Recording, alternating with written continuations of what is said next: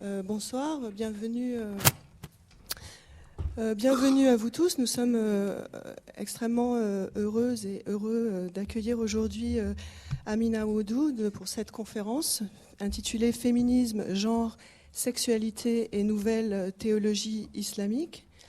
Donc cette conférence a été organisée dans le cadre de 2 séminaires, un séminaire de l'ISM qui travaille sur le monde arabe et musulman, que j'organise, intitulé Féminité, masculinité, enjeux moraux et éthiques contemporains dans les mondes arabes et musulmans, et dans le cadre également d'un séminaire de l'école, de l'EHESS, co-organisé par Florence Bergeau-Blaclair, qui est ici, et par Martine Gross, qui n'a pas pu être avec nous aujourd'hui. Identité et pratiques homosexuelles dans le judaïsme, le christianisme et l'islam contemporain. Cette conférence a aussi été organisée dans le cadre de Calem, dont nous avons ici le coordinateur. Ludovic Zahed, donc nous allons tout d'abord présenter brièvement l'intervenante, Amina Oudoud, pour ceux qui ne la connaîtraient pas, ceux et celles qui ne la connaîtraient pas. Puis nous aurons donc une discussion avec Éric Fassin, donc enseignant à l'ENS, à l'école et chercheur à l'IRIS, que tout le monde connaît, je pense, ici. Florence donc Bergeau-Blaclair, qui est chercheur à l'IREMAM à Aix-en-Provence. Ludovic Lotfi Mohamed Zahed, qui est donc doctorant à l'EHESS, coordinateur de Calem et de HM2F. Et moi-même, donc, qui suis chercheur également au CNRS à l'IREMAM. Voilà. Donc nous allons tout d'abord, je vais passer la parole à Ludovic Lotfi Mohamed Zahed, qui va nous dire un petit peu, nous parler un petit peu de Calem et qui a beaucoup contribué aussi à ce que cette conférence puisse avoir lieu. Puis à Florence qui présentera Amina Oudoud, et je reprendrai la parole avant de lui laisser la parole. Donc Amina Oudoud parlera en anglais. Monsieur Éric Fassin s'est gentiment proposé de faire des petites traductions toutes les 15 minutes afin de faciliter l'écoute pour ceux qui ne seraient pas complètement familiers, particulièrement avec un langage académique en anglais. Et ensuite, nous aurons une discussion qui aura lieu en anglais, mais bien évidemment, si des personnes souhaitent poser une question en français, on traduira. Donc on sera dans un bilinguisme, on va dire, de bricolage, mais on espère qu'on s'en sortira quand même bien. Merci Stéphanie, bonsoir à tout le monde et merci d'être venus si nombreux pour une conférence quand même assez particulière qu'on a la chance de pouvoir organiser cette année grâce à la venue d'Amina Oudoud, que nous remercions chaleureusement de s'être donné la peine de rester à Paris pour nous voir. Donc Ludovic Zahed, je suis doctorant à l'EHESS à propos d'islam et homosexualité en anthropologie du fait religieux. Je cherche à comprendre comment les homosexuels musulmans ou d'origine musulmane arrivent à concilier ou pas leur rapport à la sexualité au quotidien et à la tradition, à la spiritualité, voire à la religion. Cela m'a amené depuis quelques années à m'intéresser à ce sujet de manière de plus en plus particulière, de fonder un collectif citoyen qui s'appelle HM2F, Homosexuels Musulmans de France, il y a 2 ans, et d'initier la conférence Calem que nous organisons pour la 2e année consécutive à Paris, mais aussi à Bruxelles cette année, à Madrid et à Lisbonne, à propos de ces sujets qui gravitent autour de la diversité des identités de genre et des orientations sexuelles au sein de l'islam, avec un grand I en tant que civilisation, etc. Donc, encore une fois, c'est le sujet principal de mes recherches à l'heure actuelle, et cela m'a amené à m'intéresser de manière plus particulière à ce que l'on appelle, à tort ou à raison, tout ça va être présenté par Amina Oudoud comme le féminisme islamique, qui partage beaucoup d'axes de réflexion intellectuelle, activiste aussi sur le terrain au quotidien, avec ce que de plus en plus de chercheurs ou d'individus appellent l'activisme LGBT islamique. LGBT, donc acronyme qui signifie lesbienne, gay, bisexuel, transsexuel. Pourquoi ? Parce que ces deux mouvements tendent à tenter de réinterpréter l'héritage culturel, voire religieux, que représente l'islam. Donc merci encore une fois à Amina Wadoud, à Stéphanie, à Florence, à Martine Grosse qui n'est pas là mais qui est là de tout cœur avec nous, et à Eric Fassin de nous faire la gentillesse d'être ici, et merci à vous encore une fois. Professor Wadoud, thank you very much for having accepted our invitation. Professeur Wadoud, vous êtes né aux États-Unis, vous êtes fille d'un pasteur méthodiste, vous vous êtes converti à l'islam lorsque vous aviez 20 ans. Avant cela, vous avez vécu un court passage de votre vie dans un ashram. Vous avez appris l'arabe, étudié de façon approfondie et médité sur le Coran. Et vous avez dit dans une interview accordée à une journaliste allemande que l'islam vous a aidé à comprendre vos expériences du christianisme et du bouddhisme. Vous vous inscrivez dans un courant de réforme de l'islam dit des musulmans inclusifs, un courant libéral et pluriel qui s'est développé dans les années 90 aux États-Unis, en marge et parfois en opposition au courant conservateur et néo-fondamentaliste de l'islam. C'est donc au sein de cet islam inclusif que vous avez commencé à développer une lecture féminine du Coran, publiée dans un ouvrage intitulé Quran and Woman, le Coran et la femme. Je dis bien d'ailleurs une lecture féminine car initialement vous avez rejeté l'appellation de féministe. Finalement, aujourd'hui, vous avez accepté que l'on voit en vous une figure du féminisme islamique. Peut-être aurez-vous l'occasion de nous dire la raison de ce changement. Dans Inside the Gender Jihad, votre deuxième ouvrage, vous expliquez que le Coran peut et même doit être lu d'un point de vue genré à la lumière du contexte actuel, ce qui n'est pas tout à fait la même chose que de dire qu'il doit être relu en fonction du contexte historique de l'époque de sa révélation. Vous dites que l'interprétation n'est jamais complète, que la signification n'est jamais immuable.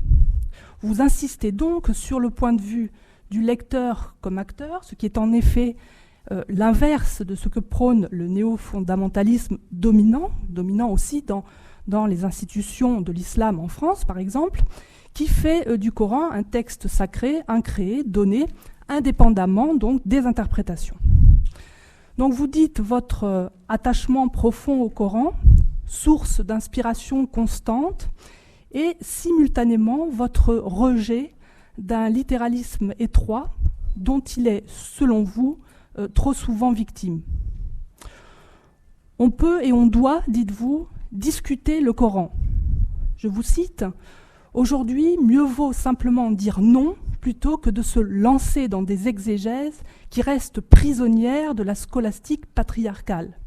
Et dire non, pour vous, à ce qui n'est pas acceptable, ne signifie pas, bien sûr, rejeter le Coran. » Voilà, Stéphanie, si tu veux ajouter.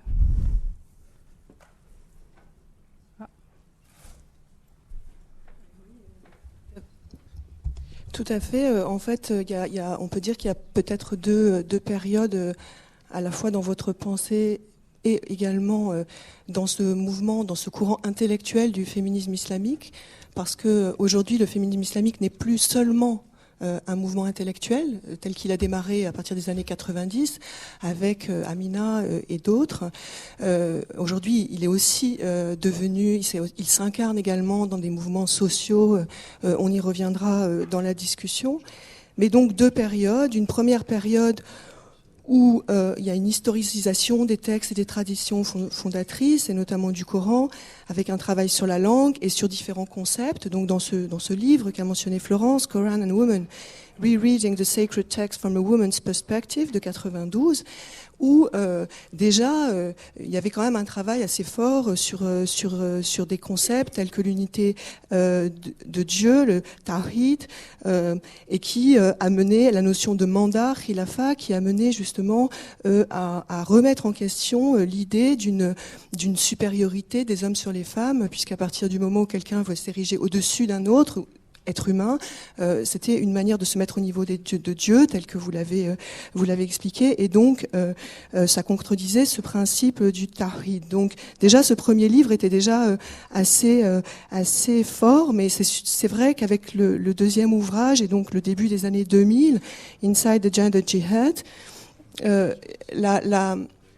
le travail d'Amina Oudou devient aussi plus radical avec ce qu'a dit Florence, cette façon de dire non, de concevoir le Coran comme un texte ouvert, non figé, qui peut être réinterprété, et également cette distinction qui a été faite par Amina Oudou, qui a été faite aussi par quelques autres plus tard, entre les mu'amalat, c'est-à-dire ce qui régit les conditions actuelles de l'existence, et les ibadat, qui sont les obligations rituelles et religieuses, et donc qui permet d'intervenir sur ces mu'amalat qui sont d'ailleurs ce que régissent les différents codes du statut personnel et codes de la famille dans les différents pays arabes et musulmans qui, pour une part, régissent les droits des femmes. Donc cette distinction permet de retravailler notamment ces codes du statut personnel. Donc, dans la lignée du travail d'Amina, il y a aussi, par exemple, quelqu'un comme Zibamir Hosseini qui a aussi bien différencié finalement deux choses différentes, ce qu'on appelle communément la charia, mais qui n'est que la voie révélée par Dieu, du fiqh, le droit musulman, qui lui aussi inspire ces codes du statut personnel et donc sont soumis à des interprétations historiques et donc forcément à un certain moment de l'histoire des histoires sexistes. Donc en fait, c'est sûr que le travail d'Amina est vraiment donc ce travail à partir de l'esprit du texte plus que la lecture littérale, et essayer de tirer de cet esprit du texte des façons de l'interpréter qui soient en accord avec les conceptions contemporaines de la justice et de l'égalité. Et dans cet ouvrage, donc, il y a des choses qu'elle refuse complètement. L'histoire de la violence de l'époux à l'égard de sa femme, le daraba, sur lequel dans le premier ouvrage elle essayait de faire un travail sémantique, linguistique sur cette notion de daraba, mais là elle est complètement réfutée, la question de l'esclavage ou la question de la polygamie, en avançant l'idée que ce rejet est conforme à l'esprit et aux principes élevés du Coran, ainsi qu'aux conceptions, donc comme je l'ai dit, contemporaines de la justice et de l'égalité. Bon, je vais laisser la parole à Amina Oudou voilà, et ensuite on discutera des différents aspects de sa communication. Thank you very much for being here. We are really very happy to welcome you. A'udhu billahi minash shaitanir rajim. Bismillahir rahmanir rahim. I begin as always in the name of Allah, whose grace I seek in this and all other matters. Really very grateful for the introductions, and just in case I didn't catch it with my translator, I will speak for short periods, and there will be a summation in French to help us, inshallah, share these ideas together. This is an important part of the challenge of dealing with this kind of work. I apologize that I don't have the French to do my own presentation in French. And I'm just rethinking exactly what I was going to say to make it clear where is a break so that we can have these summaries. But I will tell you, first of all, what I intend to do, which is to discuss three major approaches to gender reform amongst Muslim women. The three that I have chosen is not exhaustive of all the approaches. So there will be many positions in between, which I will not give consideration unless there is a question with regard to it. I want to talk about these three because I want to identify one of them in particular, Islamic feminism, in a way to clarify the perspective and methodology of Islamic feminism distinct from the other two. But these things did not come forward in a vacuum. They are now, and they have always been, in conversation with each other, and they have evolved. I think she mentioned that I myself have evolved.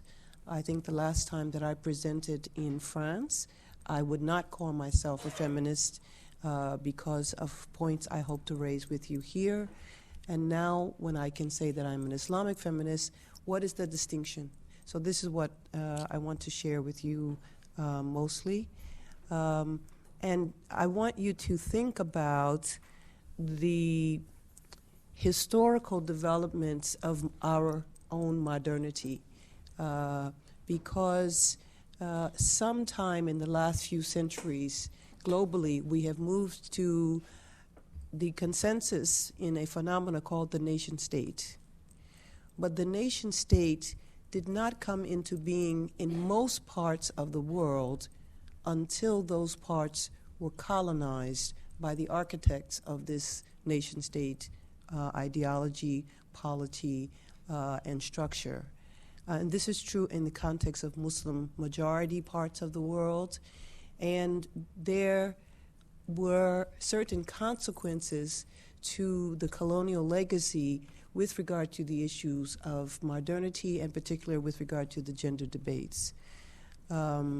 So when we removed the notion of the empire, which was really only in the last century, when we removed the notion of the empire, nation states began to grapple with their identity. What does it mean to be in this particular nation as opposed to another nation? And what does it mean to be a citizen of this particular nation state? And for many parts of the world, this involves a revolution to actually overthrow certain architects of colonialism which were acting as leaders in the context of the yet-to-be clearly formulated nation-state. And the movement was characterized by a kind of nationalism, that is, the assumption of an identity that went with that nation. Some of the borders, as you know, were problematic, and then you give them 50 years, 100 years, and eventually there was another nation-state. Just take Sudan. As of last year, was one nation-state. Now it is two. But the beginning of this phenomena for many Muslim majority areas was one where the assertion of a national identity was equally participated in by the members of that country, male and female. In fact, the thrust to define your own national identity was equally important to women and men. So organizing in order to overthrow empirical powers was something that women and men equally participated in. But the first thing that happened that begins to affect the gender debates today is that women did not become full and equal beneficiaries of the consequences of those nationalist movements. And as soon as they recognized this, they began to organize as women, for women, as full citizens of the nation state. According to Margot Badran, this is the beginning, this is the first wave of Muslim women's activity for conclusion to where it is that we are today. So I want you to remember the location of this new evolution from empire to nation state, and the possibility that all citizens could equally participate in that transformation, but unfortunately the consequence that not all citizens equally benefited, and in particular women were relegated back to the domestic domain and not given opportunities to participate in leadership, in formations of government, sometimes even in equal education. And this was the beginning of women establishing a consciousness that was specific to their gender in the context of the Muslim nation states. Yeah, I don't have to do bits.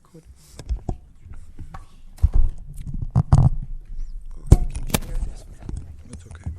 Thank you. Je vais donc vous proposer, pas véritablement une traduction, mais un bref résumé.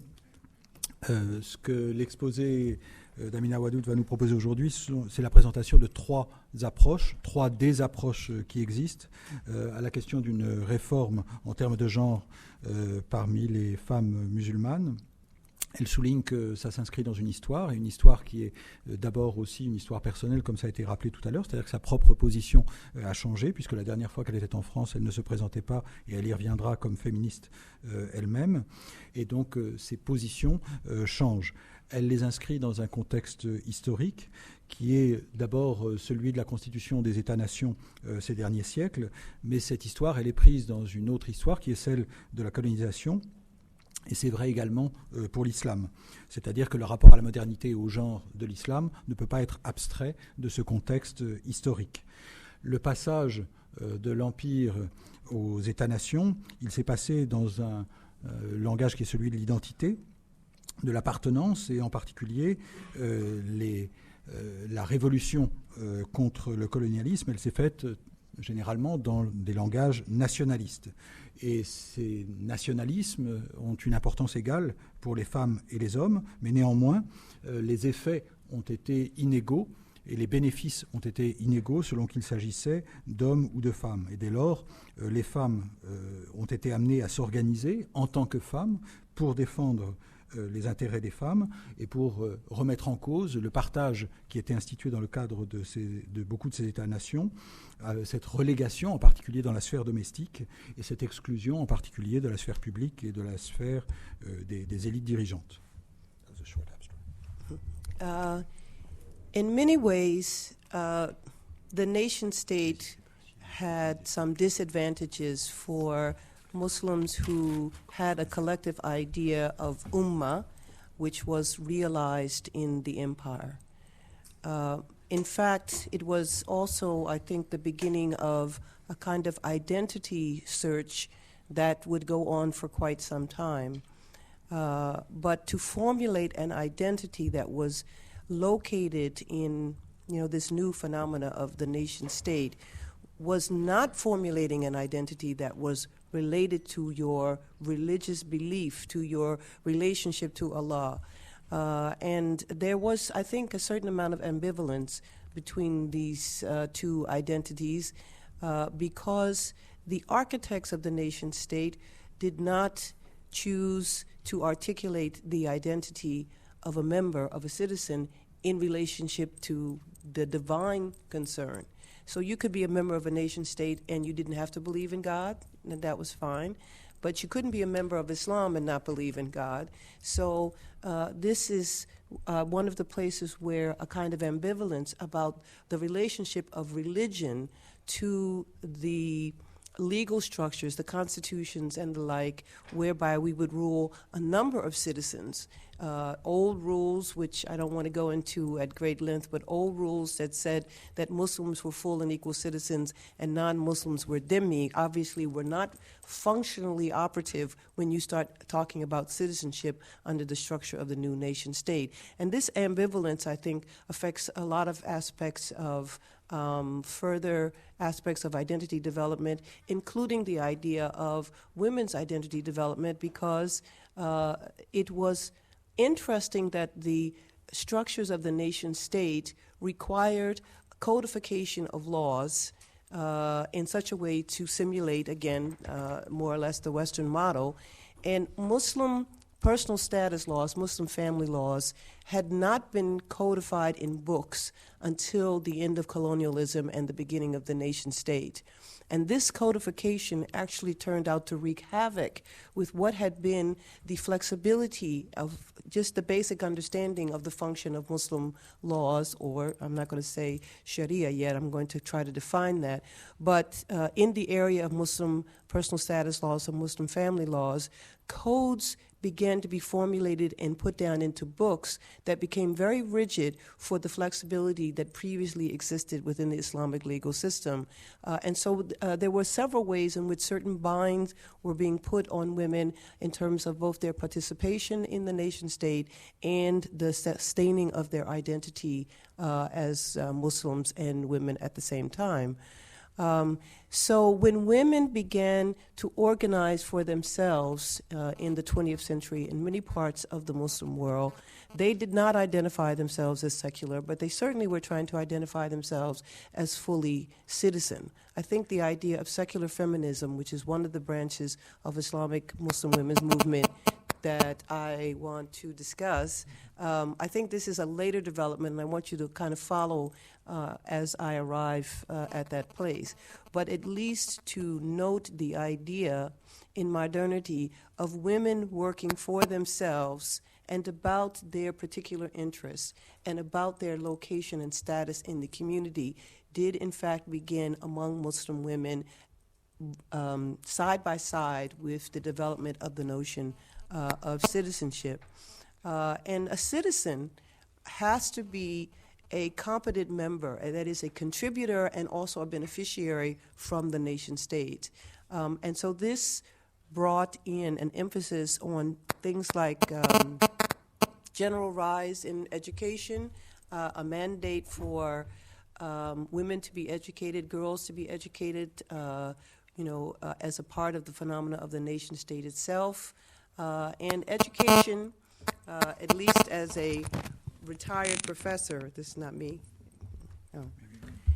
Education, at least for me as a retired professor, is a very important tool of empowerment, because as soon as people come to know things, they began also to question things.